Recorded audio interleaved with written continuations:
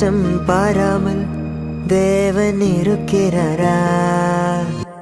கலங்காதே, பயப்படாதே, திகையாதே.